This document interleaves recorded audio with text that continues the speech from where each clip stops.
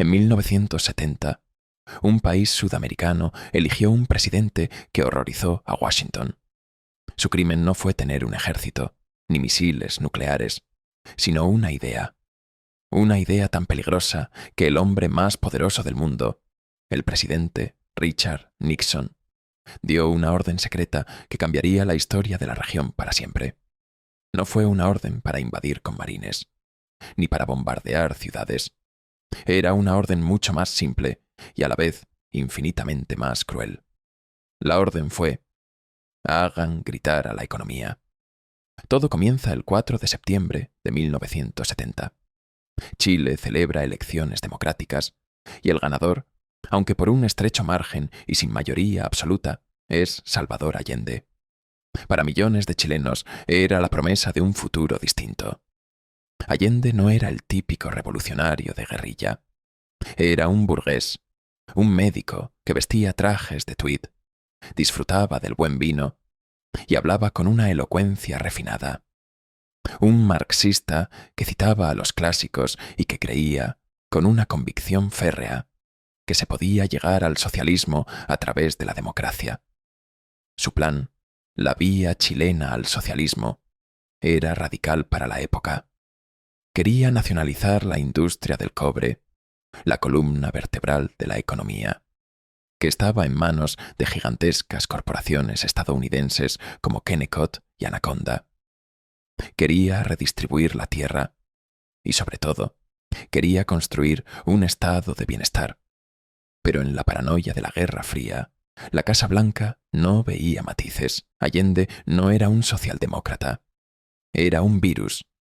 Y aquí entra el arquitecto de la respuesta estadounidense, Henry Kissinger, el consejero de Seguridad Nacional de Nixon. Para Kissinger, el problema no era Chile en sí mismo. En sus propias y frías palabras, Chile era un puñal apuntando al corazón de la Antártida. Insignificante. El verdadero problema era el contagio. Si Chile, un país con una larga tradición democrática, lograba transitar al socialismo mediante el voto popular y tenía éxito, ¿qué impediría que Italia, con su enorme partido comunista, o incluso Francia, lo intentaran? La victoria de Allende era una amenaza ideológica existencial. Era una prueba de concepto que no podía permitirse que funcionara. El pecado original de Allende no fue ser socialista. Fue demostrar que se podía ser socialista sin una revolución violenta. Fue ofrecer una alternativa que rompía la narrativa bipolar de Washington y Moscú. Y por eso, incluso antes de que el Congreso chileno confirmara a Allende como presidente, en la oficina oval, se tomó la decisión. Este experimento iba a fracasar, y Estados Unidos se aseguraría de ello. Aquí es donde la historia se pone oscura, porque la guerra contra Allende comenzó incluso antes de que se pusiera la banda presidencial. Se diseñó una estrategia dual, conocida internamente en la CIA como la política de dos vías. Pero antes de que ese plan se activara, hubo un intento más directo, más sangriento. El obstáculo para un golpe militar inmediato era el comandante en jefe del ejército, el general René Schneider. Schneider era un constitucionalista, un soldado que creía que el deber de las Fuerzas Armadas era obedecer al poder civil electo. Mientras él estuviera al mando, el ejército no se movería. Así que se convirtió en un objetivo. La CIA, en contacto con grupos de ultraderecha en Chile, promovió un plan para secuestrarlo. La idea era crear un vacío de poder que impidiera que Allende asumiera el cargo. Pero el 22 de octubre de 1970, el plan de secuestro salió mal. En el forcejeo, el general Schneider fue tiroteado. Murió 3 días después. El asesinato, lejos de provocar el golpe, generó una ola de indignación nacional que unió al país detrás de Allende y aseguró su confirmación. Fue un fracaso táctico, pero una revelación estratégica. Mostraba hasta dónde estaban dispuestos a llegar los enemigos de Allende. Con el plan del golpe rápido frustrado, Nixon activó formalmente las dos vías. La primera era la guerra visible, la asfixia económica. Kissinger lo llamó un bloqueo invisible. La lógica era brutalmente simple. Si Chile necesita dinero para sobrevivir, cortémosle el acceso a todo el dinero del mundo. Estados Unidos usó su inmenso poder para presionar al Banco Mundial, al Banco Interamericano de Desarrollo y a los bancos privados de todo el mundo. Las instrucciones a sus representantes en esos organismos eran claras: vetar cualquier préstamo o crédito a Chile. De un día para otro se secaron. Históricamente, Estados Unidos prestaba dinero a Chile para financiar sus importaciones. De la noche a la mañana, esos préstamos desaparecieron. El Banco de Exportación e Importación de Estados Unidos bajó la calificación crediticia de Chile a la categoría más baja posible. Pero luego estaba la segunda vía, la operación secreta. El 15 de septiembre de 1970, Nixon convocó al director de la CIA, Richard Helms, y le dio la orden directamente. Las notas de Helms de esa reunión son escalofriantes. Una posibilidad en 10, quizás, pero salven a Chile. No se preocupen por los riesgos. $10 millones disponibles, más si es necesario. Hagan gritar a la economía. Esta vía no era solo presión financiera, era desestabilización pura. La CIA comenzó a financiar secretamente a partidos de la oposición, a comprar espacios en medios de comunicación para que publicaran propaganda alarmista, y lo más importante, a financiar gremios profesionales para fomentar el caos. El embajador estadounidense en Chile, Edward Corry, lo resumió con una brutalidad escalofriante en un cable diplomático. Ni una tuerca ni un tornillo entrará en Chile bajo el gobierno de Allende. Haremos todo lo posible para condenar a Chile y a los chilenos a la mayor privación y pobreza. El plan estaba en marcha. Una mano lo ahogaba desde afuera cortando el dinero y la otra lo quemaba desde adentro fomentando el desorden. Chile estaba atrapado en una pinza mortal. Al principio, la guerra económica era invisible para el ciudadano común. Era un problema de ministerios y grandes empresas. Pero Chile, en los años 70, no era una economía aislada. Dependía vitalmente de las importaciones. Para entender la extrema vulnerabilidad de Chile, hay que saber esto. Chile era un país monocultivo.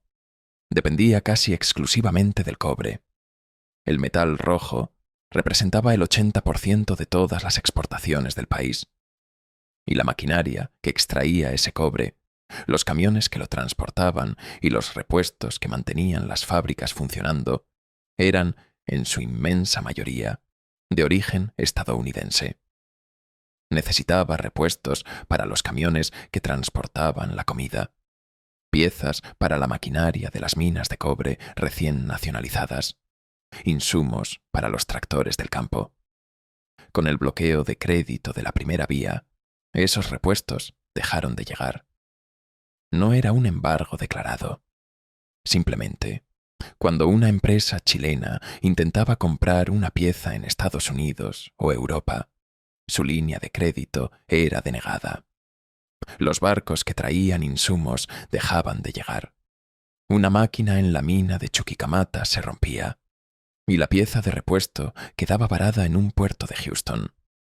La producción de cobre, la principal fuente de divisas del país, comenzó a caer. En las minas de cobre, camiones gigantes quedaron parados porque faltaba una pieza de motor de $50. Pero sin ese camión, se perdían miles de dólares en cobre no exportado. En las fábricas textiles, telares se detenían. En el transporte público, la mitad de la flota de autobuses de Santiago quedó inutilizada en cuestión de meses.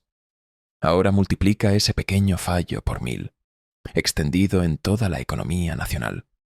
Era la muerte por 1000 cortes. La economía no colapsó de golpe.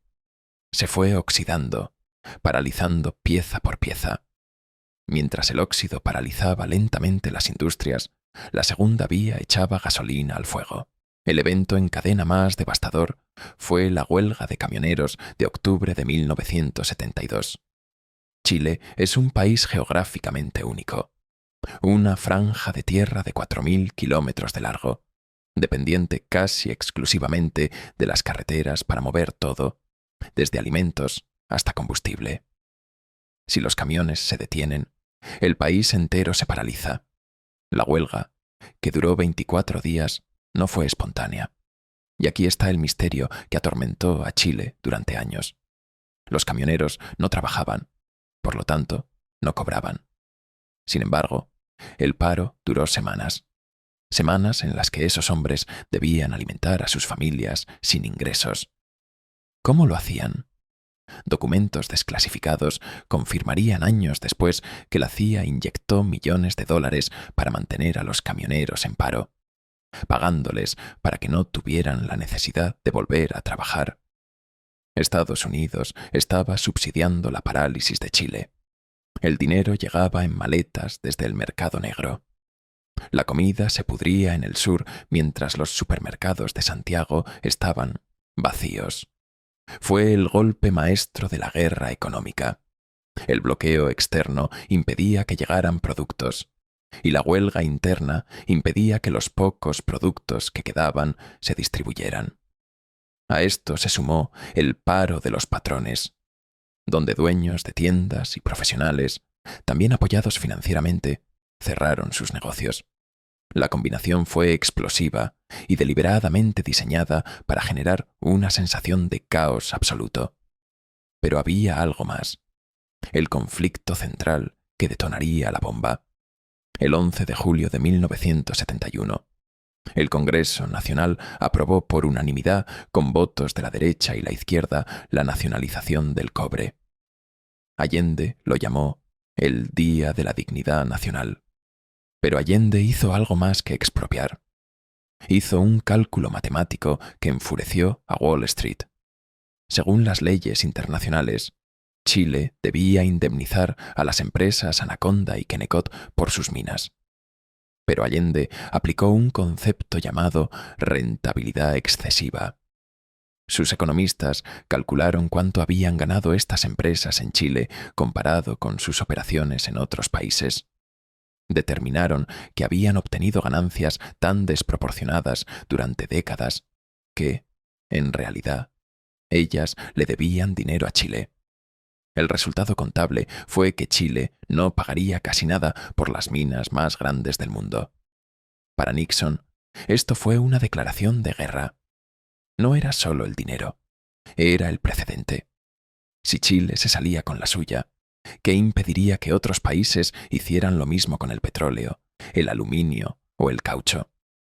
Y entonces, la economía no solo gritó, aulló. El mecanismo oculto ahora tenía consecuencias visibles y brutales en la vida diaria de cada chileno.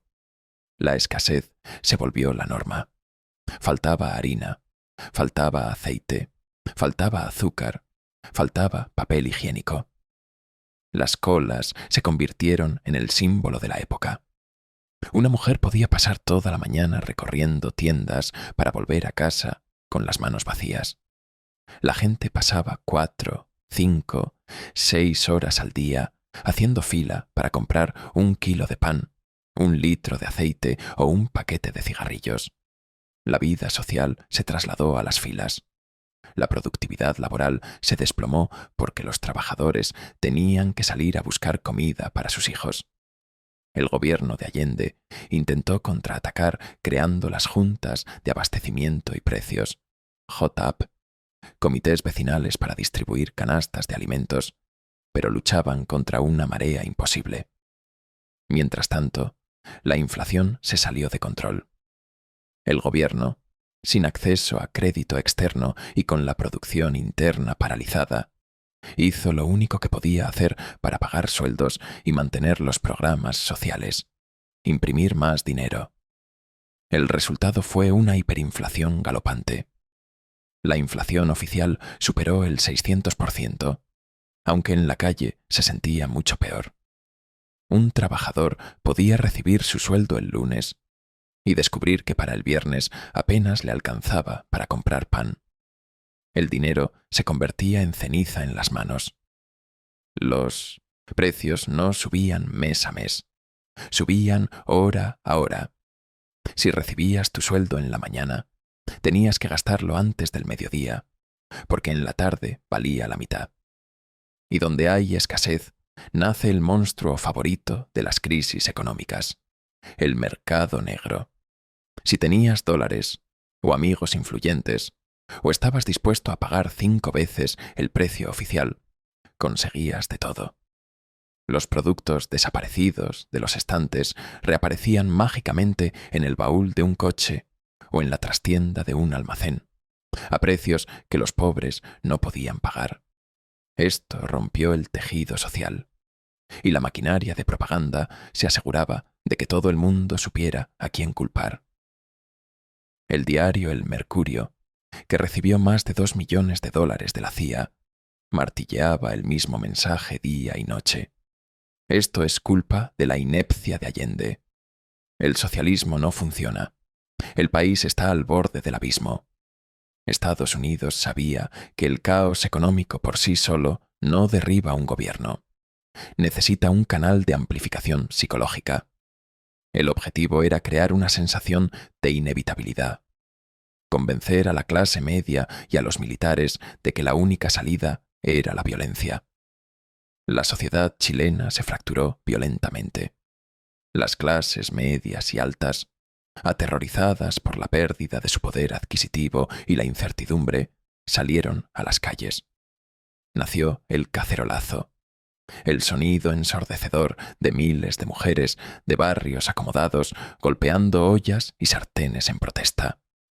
La imagen sonora de este desmoronamiento resonaba en las noches de Santiago como un tambor de guerra. Era la protesta del estómago y del miedo a perder el estatus contra la ideología.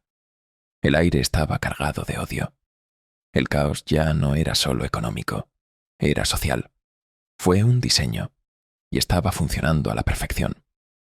Para agosto de 1973, el país estaba psicológicamente quebrado. El Congreso estaba paralizado. El sistema judicial estaba en contra del presidente. Los gremios profesionales, médicos, ingenieros, abogados, financiados también con fondos externos, se unieron al paro. Allende estaba acorralado. Intentó negociar con la democracia cristiana. Intentó llamar a un plebiscito para que el pueblo decidiera su futuro. Pero sus enemigos no querían una salida democrática. Querían la aniquilación del modelo. La economía había hecho el trabajo sucio. Había deslegitimado al gobierno. Había agotado a la población.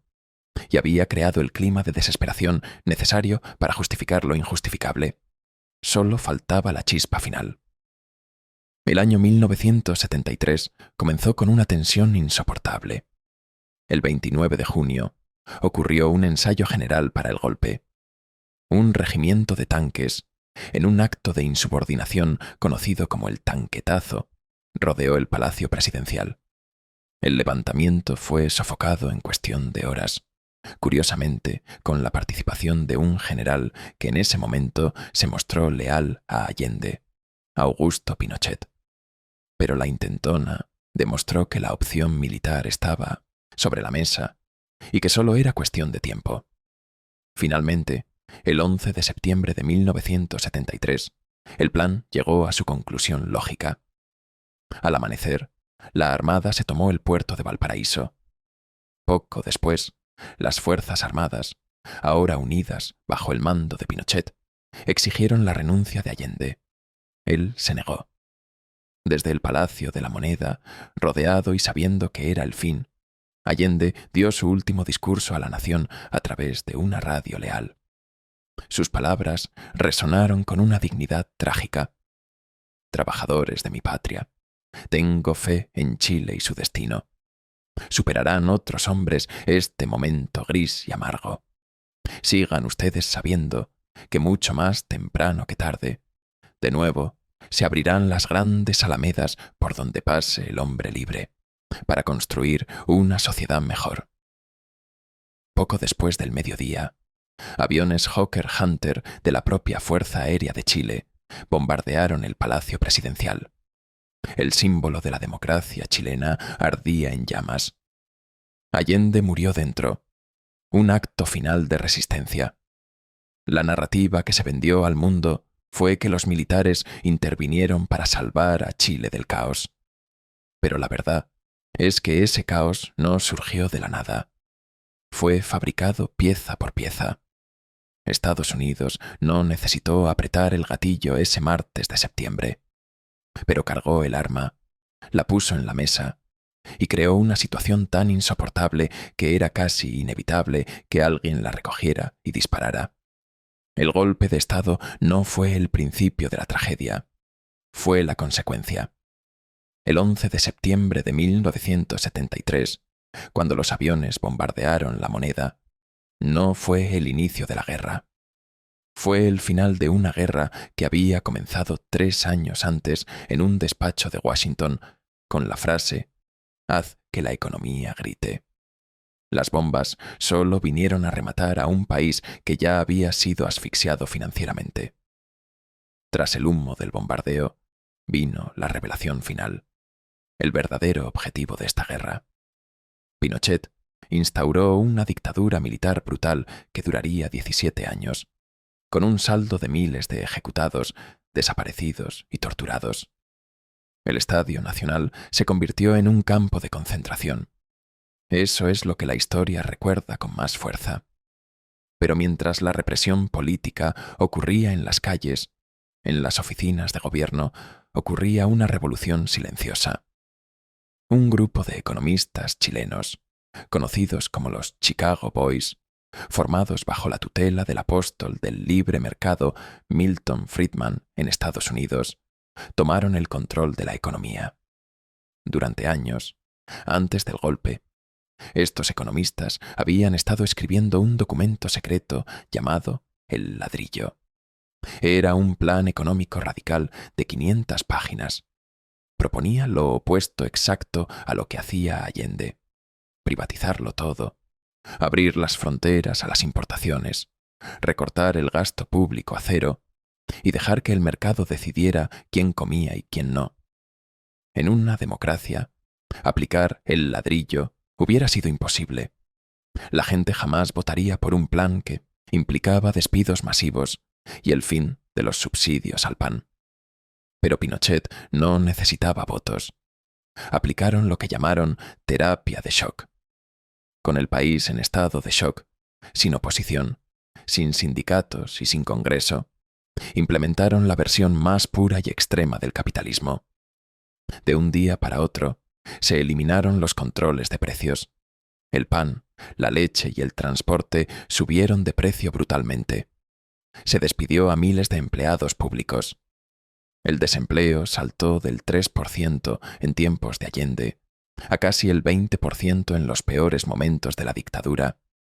Las industrias nacionales, que habían crecido protegidas por aranceles, quebraron masivamente al no poder competir con los productos importados que ahora entraban libres al país. Todo se privatizó: la salud, la educación, las pensiones. El Estado se redujo a su mínima expresión. Chile se convirtió en el laboratorio mundial del neoliberalismo. La ironía es devastadora. Estados Unidos desató una guerra económica para destruir un modelo socialista democrático, y el resultado fue la creación de un paraíso experimental para el capitalismo autoritario. Estados Unidos, que había cerrado el grifo del dinero a Allende, lo abrió de golpe para Pinochet. Los préstamos fluyeron. El FMI y el Banco Mundial aplaudieron. El milagro económico chileno, del que tanto habló la prensa financiera internacional, se construyó sobre el empobrecimiento masivo de la clase trabajadora. El objetivo de Nixon se cumplió con una perfección macabra. No solo derrocaron a Allende, desmantelaron tan profundamente la estructura del Estado chileno que, incluso cuando la democracia volvió 17 años después, el modelo económico instaurado bajo la bota militar quedó casi intacto. La historia de Chile en los años 70 no es una pieza de museo. Es el manual de operaciones versión 1.0 de la guerra moderna. Lo que Henry Kissinger y Richard Nixon perfeccionaron contra Chile, el uso del sistema financiero como arma de destrucción masiva, es hoy la norma en las relaciones internacionales. Ya no hace falta bombardear un palacio presidencial para destruir un país. Es ineficiente, es ruidoso y queda mal en la televisión. Hoy se usan sanciones. Se desconecta a un país del sistema SWIFT bancario. Se prohíbe asegurar sus barcos petroleros. Se congelan las cuentas de su banco central en el extranjero. Lo hemos visto en Irak en los 90, donde las sanciones causaron más muertes por falta de medicinas que los bombardeos. Lo vemos en Venezuela, en Irán, en Rusia. Independientemente de lo que pienses de los gobiernos de esos países, y muchos son dictaduras repudiables, el mecanismo es el mismo que se usó contra el democrático Allende: asfixiar la economía civil para provocar un cambio político. El caso de Chile es único porque nos permite ver el mecanismo desnudo. Tenemos los documentos, tenemos las grabaciones de Nixon, tenemos los recibos de la CIA pagando a los camioneros. No es una teoría de conspiración, es historia documentada. Nos enseña una lección aterradora sobre la soberanía. ¿Puede un país ser realmente independiente si su moneda, su deuda y sus líneas de crédito dependen de la voluntad de una potencia extranjera? La respuesta de 1973 fue un rotundo no. Y nos deja con una pregunta incómoda para el presente. Cuando leemos en las noticias que la economía de un país colapsó por mala gestión, ¿cuánto de eso es error interno? ¿Y cuánto es una mano invisible apretando el cuello? A veces es incompetencia, sin duda. Pero la historia de Chile nos obliga a mirar dos veces. Nos obliga a buscar las balas invisibles. Salvador Allende creyó que la democracia y la Constitución eran escudos suficientes. Se equivocó. No entendió que en la geopolítica, la economía no es un tema técnico. Es la continuación de la guerra por otros medios. Chile pagó el precio de esa lección con 17 años de dictadura y una cicatriz social que medio siglo después aún no cierra. El cobre sigue saliendo de los Andes. Los edificios de Santiago brillan con el sol del neoliberalismo. Pero si escuchas con atención, bajo el ruido del tráfico y el comercio, todavía se puede oír el eco de aquel día en que decidieron hacer gritar a todo un país.